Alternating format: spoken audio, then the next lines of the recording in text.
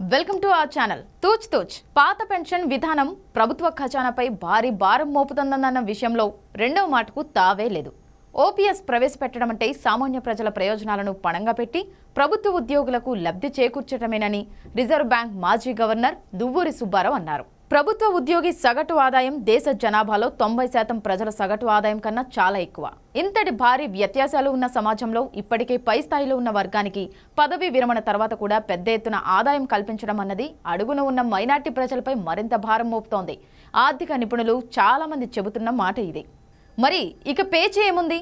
జగన్ ప్రభుత్వం కూడా ఓపీఎస్ ఇచ్చేది లేదనే కథ చెబుతుంది అంటారా? నిజమే, జగన్ సర్కార్ చెబుతుంది అదే. కానీ చెప్పడం వెనుక చిత్తశుద్ధి లేదు, నిజాయితీ లేదు. తాను అధికారంలోకి వస్తే వారం రోజుల్లోనే ప్రస్తుతం అమల్లో ఉన్న సిపిఎస్ను రద్దు చేసి ఓపీఎస్ను అమల్లోకి తెస్తామని వైఎస్ జగన్ ప్రతిపక్షంలో ఉండగా పలుమార్లు హామీ ఇచ్చారు. అప్పుడు అవగాహన లేకుండా హామీ ఇచ్చానని ఇప్పుడు చెబుతున్నాడు. వారికి చిత్తశుద్ధి అప్పుడూ లేదు, ఇప్పుడు లేదు. 13 లక్షల మంది ఉద్యోగుల కుటుంబాల ఓట్ల కోసం ఓపీఎస్ అన్నారు, పీఆర్సీ అన్నారు. అధికారంలోకి రావడం లక్ష్యంగా జగన్ పొడుగైన హామీలు చాలానే ఇచ్చాడు. ఉదాహరణకు ప్రత్యేక హోదా.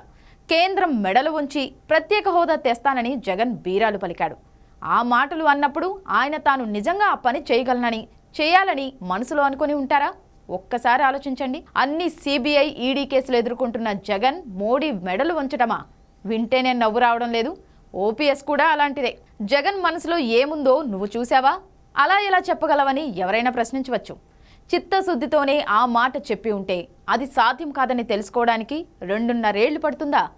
ఓపీఎస్ లేదని చెప్పడానికి ముందు ప్రభుత్వం కాలయాపన లక్ష్యంగా ఎన్ని ఎత్తులు వేసింది, ఎన్ని నాటకాలు ఆడింది? నిజాయితీ ఉన్నవాళ్లు అన్ని నాటకాలు ఆడతారా? నిజాయితీ ఉన్నట్లయితే గణాంకాలతో సహా విషయం ఉద్యోగుల ముందు పెట్టి వారిని ఒప్పించి ఉండేవారు. అది మరి కష్టమేమీ కాదు.